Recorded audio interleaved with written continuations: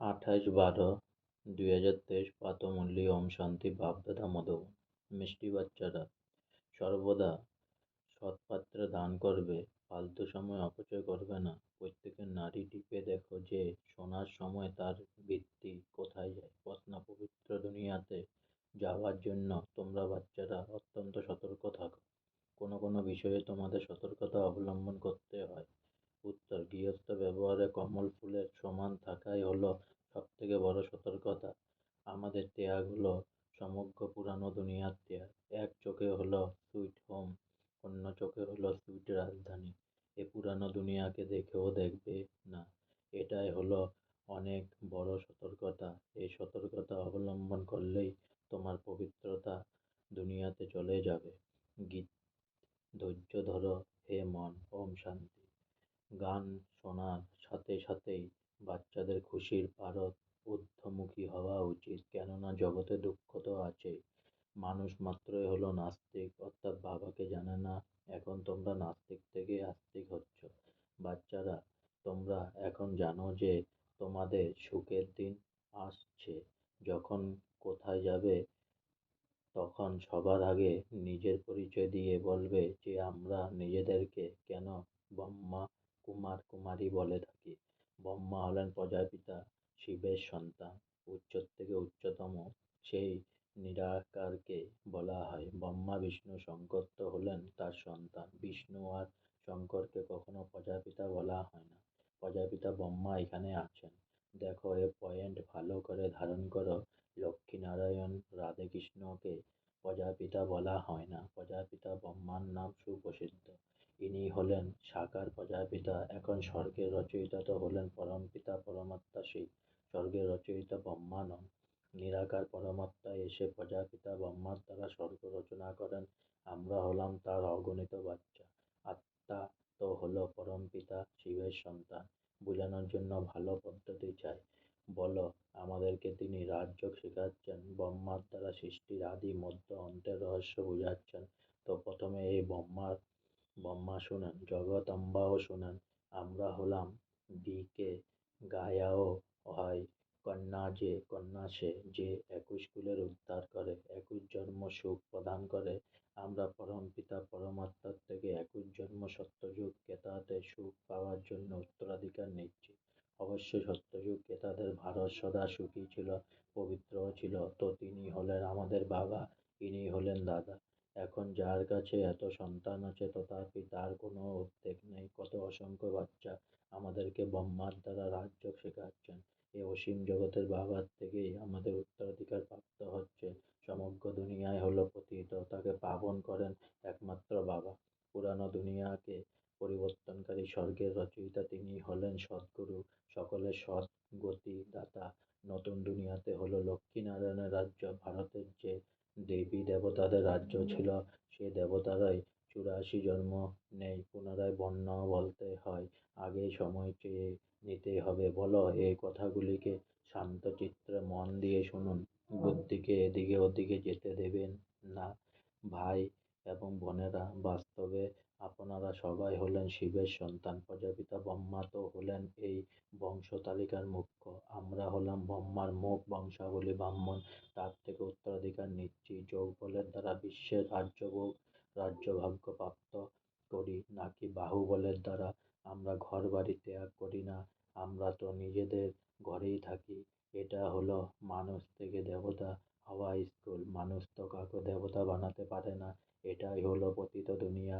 জলের গঙ্গা তো পতিত পাবনই নয়, বারবার তাতে স্নান করতে হয়, পবিত্রই হয় না। এরকম রাবণের উদাহরণ আছে, বারবার দহন করতে থাকে, রাবণ মরে যায়। কোষের এই রাবণের চিত্রটিও নিয়ে যেতে হবে। কোনো বড় জায়গায় গেলে তো অ্যালবামও নিয়ে যেতে হবে। দেখো, এরা সবাই হলো বাচ্চা, সকলেই পবিত্র থাকার প্রতিজ্ঞা করেছে। বাস্তবে সবাই হলো ব্রহ্মার সন্তান। প্রজাপিতা ব্রহ্মা হলেন এই বংশতালিকার হেড মুখ্য। প্র্যাকটিক্যাল আমরা সবাই হলাম ব্রহ্মা কুমার কুমারী। তোমরাও তাই, কিন্তু তোমরা তার পরিচয় জানতে না।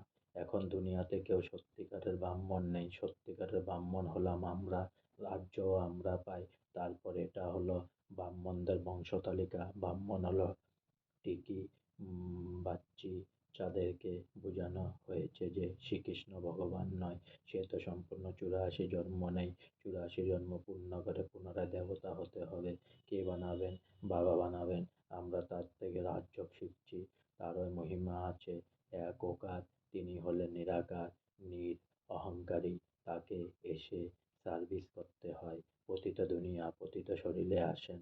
এখন সেই গীতা এপিসোড রিপিট হচ্ছে। ব্রহ্মাযুদ্ধ লেগেছিল, সবাই মশার মতো গিয়েছিল। এখন হলো সেই সময়। পরমপিতা পরমাত্মা শিব বানুবাচ, তিনি হলেন রচয়িতা। স্বর্গে লক্ষ্মী নারায়ণের রাজ্য ছিল। সৃষ্টিকে সত্য প্রধান বানানো বাবারই কর্তব্য। আমরা তাকে বাবা বাবা বলি। তিনি অবশ্যই আসেন। শিবরাত্রিও পালিত হয়। এর অর্থই বুঝাতে হবে। পয়েন্টস নোট করে ধারণ করতে হবে। পয়েন্টস বুদ্ধিতে রাখতে হবে। কন্যাদের বুদ্ধি তো ভালো হয়। কুমারীদের পা ধুইয়ে দেয়। কুমার কুমারী দুজনে পবিত্র, তাহলে শুধু কুমারীদেরই কুমারীর কুমারীদেরই কেন নাম গাওয়া হয়? কেননা তোমাদের এখন যে গায়ন আছে কুমারী, সে যে 21 কুলের উদ্ধার করে, তো সেই সম্মান এখনো চলে আসছে। আমরা ভারতের আধ্যাত্মিক সেবা করি। আমাদের ওস্তাদ সহায়ক হলেন পরমপিতা পরমাত্মা। তার থেকে আমরা যোগ বলের দ্বারা শক্তি গ্রহণ করি, যার দ্বারা আমরা 21 জন্ম এবার হেলদি হই। এটার গ্যারেন্টি আছে। কলিযুগে তো সবই হলো রোগী, আয়ুও কম। সত্যযুগে এত বড় আয়ু কোথার থেকে আসে? এ রাজযোগের দ্বারা বড় আয়ুষ্মান হয়। সেখানে অকালে মৃত্যু হয় না। এক শরীর ছেড়ে অন্য শরীর নেয়। শিব বাবার স্মরণের থেকে দেহ সহ দেহের সব সম্বন্ধগুলিকে ভুলে যেতে হবে। বুদ্ধির দ্বারা আমরা অসীম জগতের ত্যাগ করি। আমাদের হলো বুদ্ধিযোগের দ্বারা আত্মিক যাত্রা। শারীরিক যাত্রা তো মানুষ শেখায়, বুদ্ধির যাত্রা বাবা ছাড়া আর কেউ শেখাতে পারে না। যারা রাজযোগ শিখছে তারাই স্বর্গে আসবে। এখন পুনরায় স্যাম্পলিং লাগছে। আমরা সবাই হলাম সেই বাবার বাচ্চা। শিব বাবার থেকে আমাদের উত্তরাধিকার প্রাপ্ত হয়।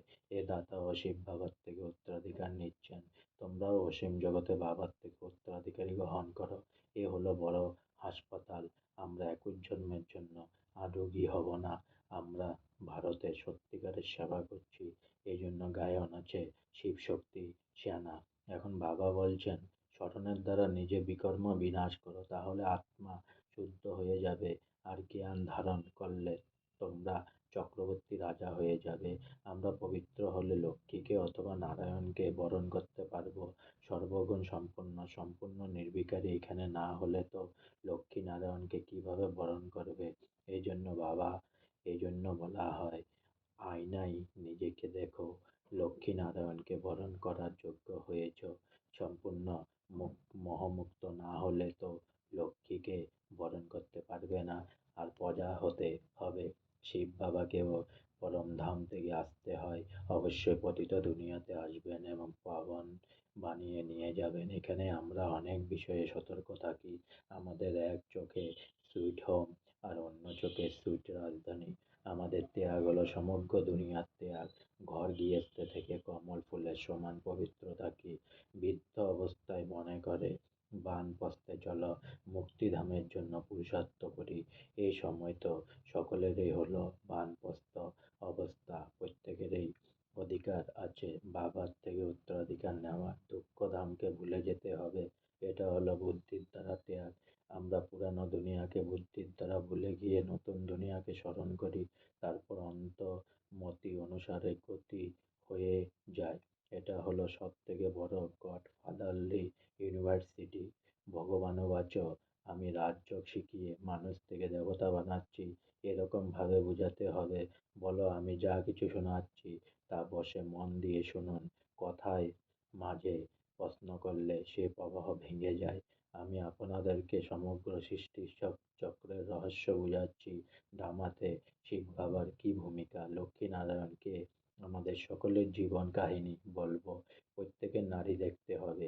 সে সময় তাদের মনের মধ্যে কি চিন্তা চলছে সেটা বুঝতে হবে। ঠিক করে শুনছে নাকি গরম তাওয়া কড়াই হয়ে বসে আছে, এদিক ওদিক দেখছে না তো? এখানে বাবা বাবাও দেখছেন কে কে সামনে বসে খুশিতে নৃত্য করছে। এটা হলো জ্ঞানের ট্রান্স। লৌকিক স্কুল তো অনেক ছোট হয় যাতে টিচার ভালোভাবে সকলের উপর নজর রাখতে পারেন। আর নবম আর ন আর নম্বরের ক্রমানুসারে বসতে বলেন। এখানে তো অনেক স্টুডেন্টস নম্বরের ক্রমানুসারে বসতে পারবে না। তো দেখতে হবে কারোর বুদ্ধি কোথায়ও বিভ্রান্ত হচ্ছে না তো হচ্ছে। খুশির পারদ চড়ছে, মন দিয়ে শুনছে। দান সর্বদা সৎ পাত্রকে দিতে হবে। ফালতু সময় নষ্ট করবে না। নারী টিপে দেখার জন্য অনেক বুদ্ধি চাই। সাধারণ মানুষ তো ভয় পায়। মূর্খ তো সিন্ধিরা মনে করে কোথায়ও বিকেরা যেন জাদু না করে দেয়, এই জন্য সামনে দেখেও না। শিব বাবা বুঝাচ্ছেন তোমরা ব্রাহ্মণরাই ত্রিকালদর্শী হও, তারপর আবার বনের বর্ণের রহস্য বুঝতে হবে। আমি সেই এর অর্থ বুঝাতে হবে। আমি আত্মা তথা পরমাত্মা বলা ভুল। কেউ আবার ব্রহ্মকে মান্য করে বলে অহম ব্রহ্মাস্মি। মায়া তো হলো পাঁচ বিকার। আমি ব্রহ্মকে মান্য করি। এখন ব্রহ্ম তো হলো মহাত্ম, যেটা আমাদের থাকার স্থান। যেরকম হিন্দুস্তানের বাসিন্দারা নিজেদেরকে হিন্দু বলে দেয়, সেরকম তারাও ব্রহ্মতত্ত্বকে বলে দেয় যে আমি হলাম ব্রহ্ম। বাবার মহিমা হলো আলাদা। সর্বগুণ সম্পূর্ণ, ষোলকলা সম্পূর্ণ। এই মহিমা হলো দেবতাদের। আত্মা যখন শরীরে সাথে থাকে তখন তার মহিমা করা হয়। আত্মাই পতিত অথবা পাবন হয়। আত্মাকে নির্লেপ বলা যাবে না। এত ছোট আত্মার মধ্যে 84 জন্মের পাঠ আছে, তাকে নির্লেপ কিভাবে বলবে? এখন বাবা পিস স্থাপন করছেন।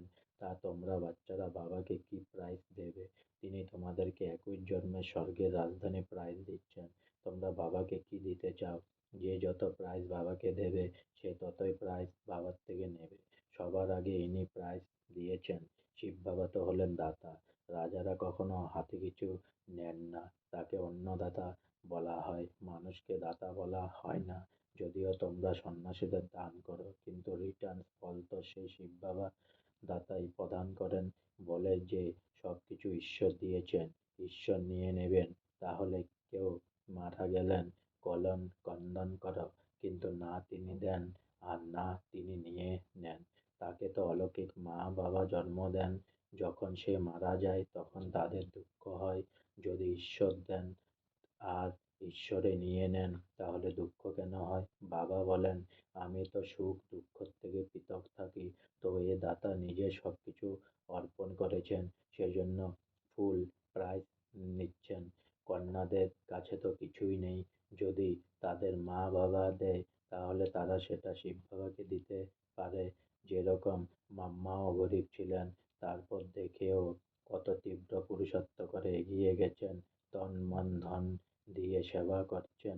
তোমরা জানো যে আমরা সুখধাম যাচ্ছি, ভায়া শান্তিধাম। যতক্ষণ আমরা বাবার কাছে না যাব তত তাড়াতাড়ি আমরা শ্বশুর বাড়িতেও আসতে পারবো না। পিতৃগৃহে তো বসে আছি, প্রথমে বাবার কাছে যাব, তারপর শ্বশুর বাড়িতে আসবো।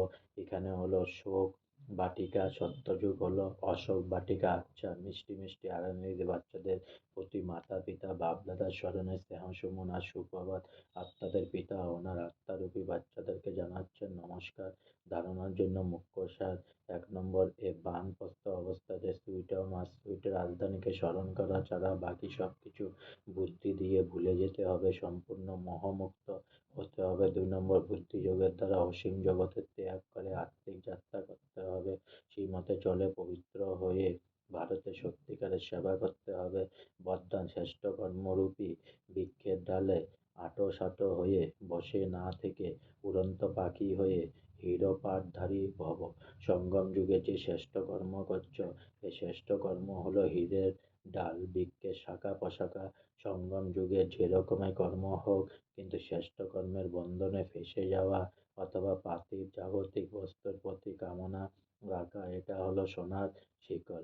এই সোনার শিকল বা হীরের শাখা প্রশাখায় ঝুলতে থেকো না, কেননা বন্ধন তো বন্ধনেই হয়।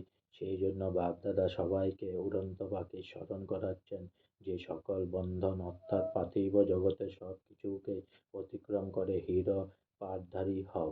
স্লোগান: অন্তরে স্থির দর্পণ হলো মুখমণ্ডল, মুখমণ্ডল কখনো উদাসীন না হয়, খুশিতে ভরপুর যেন থাকে। এখানে আজকে আমার টুডে মুরলি শেষ হলো। তা সবাই একবার বলুন আমার সাথে, ওম শান্তি। অনেক অনেক সাবস্ক্রাইব করুন, অনেক অনেক লাইক করুন। ওম শান্তি।